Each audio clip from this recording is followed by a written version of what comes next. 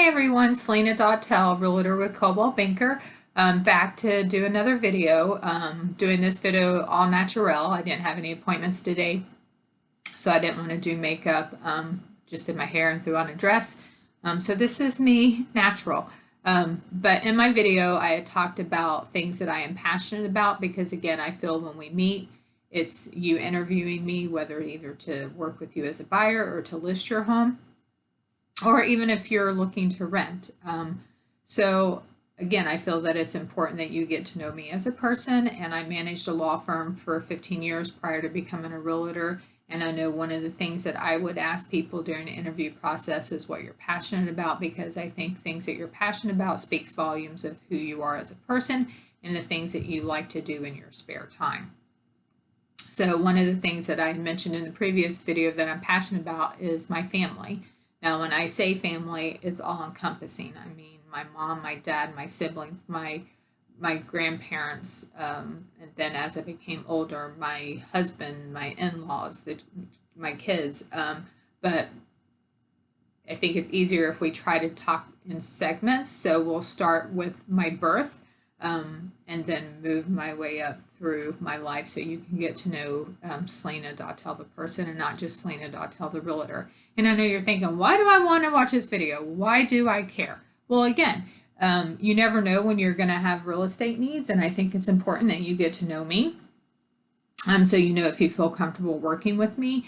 And you don't know, any video you do could, you never know how it's going to inspire and impact people, or just make, so it's always good. Make your videos and post them no matter what. So with that, let's get started. So it started with this woman who is my mother. Isn't she beautiful? Or was beautiful. She's passed away, which I'll get into that in a different story. This is her as she got a little older, still beautiful. And then she met this man in the picture who is my father. And then that's my older brother with him. With them, obviously he came first. He's my older brother. And then for 7 years, almost 8 years, we were a family for mom, dad, my older brother, and myself. And then, surprise, surprise, my mom got pregnant with little brother. I know, sorry, some of these pictures are really old and dark, but that's me when I was a little girl. And then that's my mom when she was carrying my little brother. She's very pregnant there. And then that's my grandfather, my mom's dad. In the previous video, I told you why music is one of my passions, how both sides of my family is very musically inclined. So this is a picture of a family reunion, my mom's side of the family reunion. And of course, what are they doing? They're all sitting around playing musical instruments. Then this again, they're all sitting around playing musical instruments. Then this is another one of the family reunion where this is my mom's aunt. She's playing, and then my mom is there. And that's my mom's dad, my grandfather. So you can see he has a fiddle in his hand. She's playing the guitar, and my mom is there. She's probably going to sing because much like me, or much like her, I sing but don't play a musical instrument. I don't know if my mom ever had a desire to. I actually have. Playing drums is on my bucket list. I would love to learn to play the drums. I mean, I love all aspects of it, but drums, I just don't think drummers get enough credit. They're such hard-working musicians. I mean, and hey, if you're a good drummer, nice to listen to a good drum solo. All right, so this is my grandparents. This is my mom's mom and dad. I've recently lost both of them. They were my last set of grandparents, and really the only grandparents I knew well. My dad's dad died when my older brother was like 3 or 4 months old, I think they said, and then my grandmother from my dad's side died when I was 4. So, all right, and then this is me when I was a little girl. Another one of me when I was a little girl. And then this are the 3 of us, the siblings. So that is my older brother, that is me, and then that's my baby brother. you can definitely tell that we are all related. Okay, so as I stated, I grew up in Kentucky for 12 years. We lived in a small town in Kentucky until I was about 7 or 8, and then when my baby brother came along, my parents moved to a smaller place in Kentucky. They bought a house, and then so we all moved there, and we lived there for about 4 years until we moved to Florida. And that was I was about 12 years old. So, so life in Kentucky was very amazing. I mean, growing up in a small place that, you know, neighbors, it takes a village to raise a child is definitely very true. I mean, the neighbors all knew my mom and dad. My mom and dad knew all the neighbors. When we lived in the first place that I lived until I was 8, my dad actually was the maintenance man for the apartment complex that we lived in. So, of course, everyone knew my dad, everyone knew my brother and I. So we were very well watched. But not only that, my parents were just amazing parents. I mean, did they make mistakes? Of course, we all do. As parents, we try to do our best, but truly were amazing parents. My dad went out and worked hard every day, came home, we sat at the table as a family and had dinner.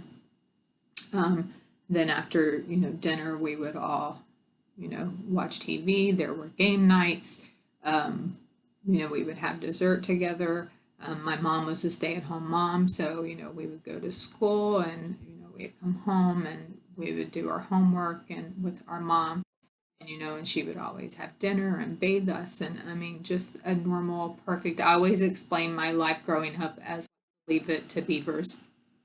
We were very close with all of our family. I mean, I had all of our family either lived in Kentucky or West Virginia. I don't think at that time anyone lived in Ohio, but now they're scattered between Ohio, Kentucky, and West Virginia. I'm really the only one who lives in Florida.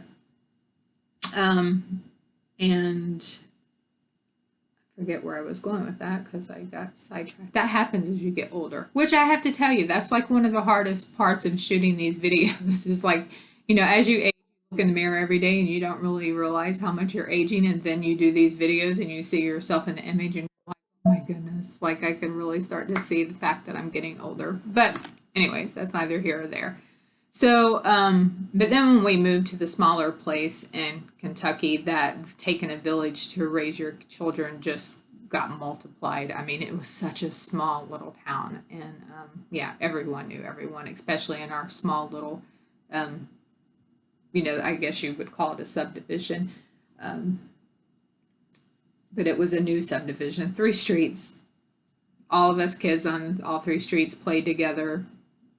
All the parents knew each other. And I mean, there were still houses across the street. I mean, we still had a hollow, I will call it. In Kentucky, we say holler, and my husband laughs at me over that. So if you say hollow, hollow. If you say holler, you know what I'm talking about. There were still hollers and houses that didn't have indoor plumbing. So it was that small of an area. We were fortunate enough where these were new builds, and we had a big 3-bedroom home. So my brothers did have to share with a huge kitchen, living room. We had a full-size basement. And my dad, like on one side, he had a pool table, and then in the middle, he had like a poker table, and then on the other side, he put like in a fireplace and a little living room area. So yeah, beautiful childhood. And then we moved to Florida when I was 12. And so we'll pick up my life event after that. I hope I didn't leave any major things out from, growing up in Kentucky. It was just a wonderful childhood. Yeah, I mean, my parents were musicians. I guess that was the hardest thing. If we want to hear negatives, is that I was extremely, extremely, extremely attached to my mother. So on the weekends when they would go out and play music, and mom would leave us with a babysitter, I mean, my brother had a nickname for me. He'd call me, I forget what the local fire station was there, but that's what he would call me because he said my cry sounded like the alarm bell. So he would call me that.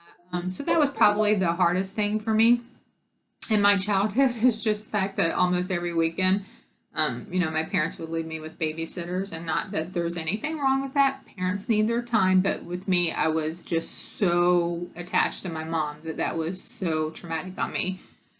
So much so that like my grandparents would take my older brother on vacation every year, and then once I got older, they tried to take me. So the plan was that I would go spend the rest.